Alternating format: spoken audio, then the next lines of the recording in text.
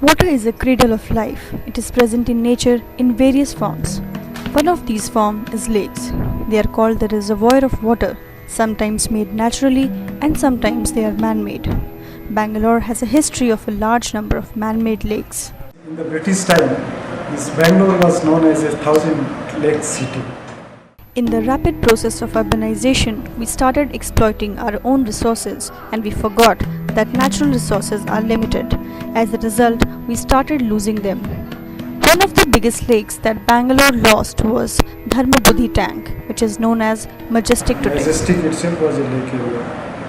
And similarly, if you take this Dharmabuddhi Tank, which is the central bus stand today, and till 1992, I could see the outlet near Shantala Silk House. At that corner, there was an outlet. It is from there, when the water filled in that tank, the water used to go out to the fields, to the surrounding areas, and also to the adjoining the township. The water used to flow from there. Dharmabuddhi Tank was another very big tank that was very close by to the city, and when the city was expanded, it was almost in the heart of the city. Till in the beginning of the last century, the water used to be there in the tank.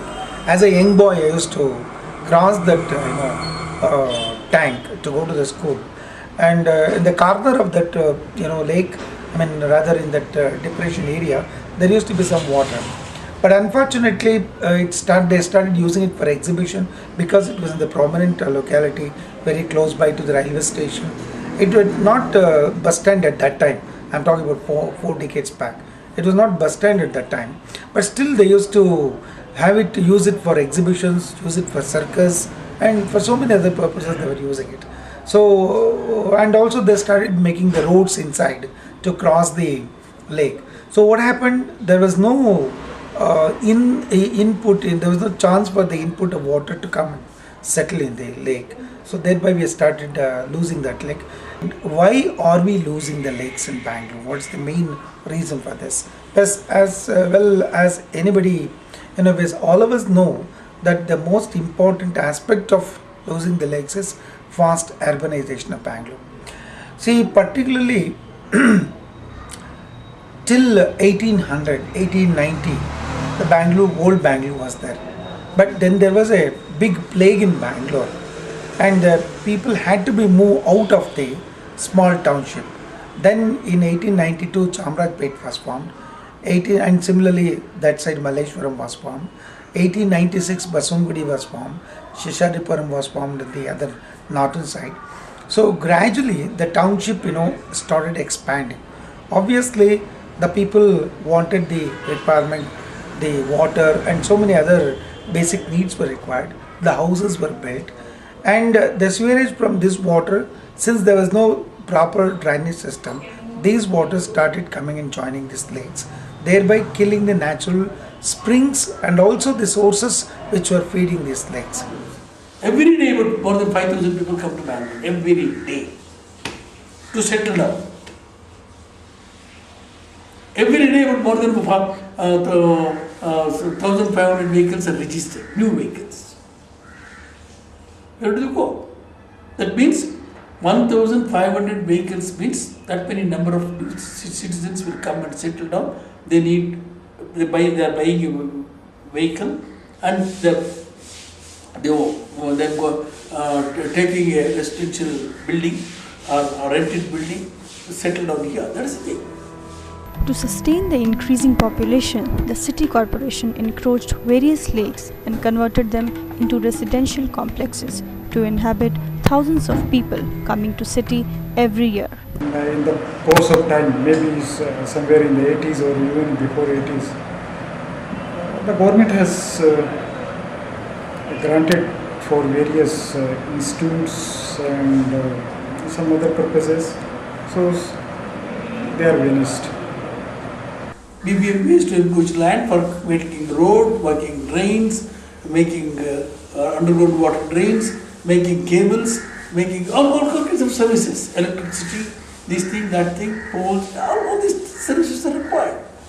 Lakes are a source of sundry varieties of flora and fauna.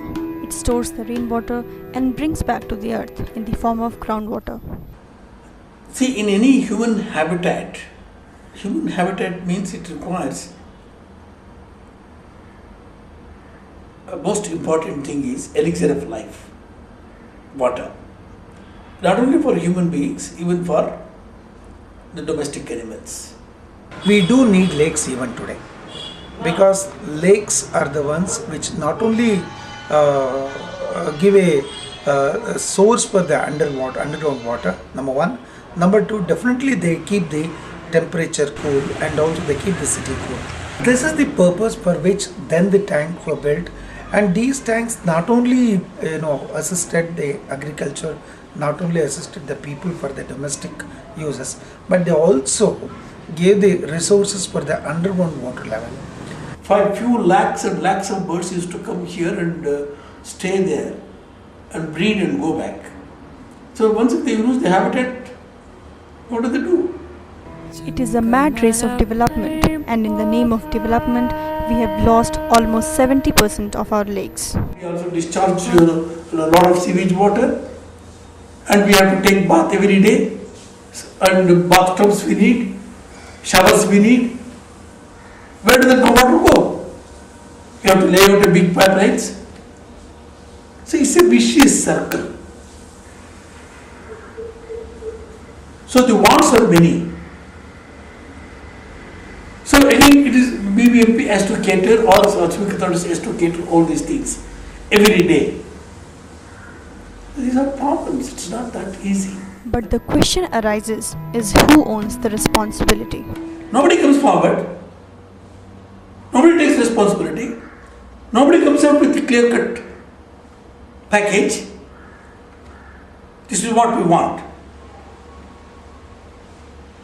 The role of this organization is basically a body which facilitates to develop the lakes in Bangalore. Lakes has to be maintained. It's wasteware, and then it's sluice, and it's water supply catchment. Then the channels which will lead the water from the various these things that they have to be maintained. It is the work of both the government and also the people to see that the lakes are not destroyed, and we have to revive the forgotten lakes. Preserving the ecosystem is not only the responsibility of the government but equally ours. We together make the ecosystem, and we need to preserve them in order to survive. We should make an initiative to preserve the lost lakes in Bangalore.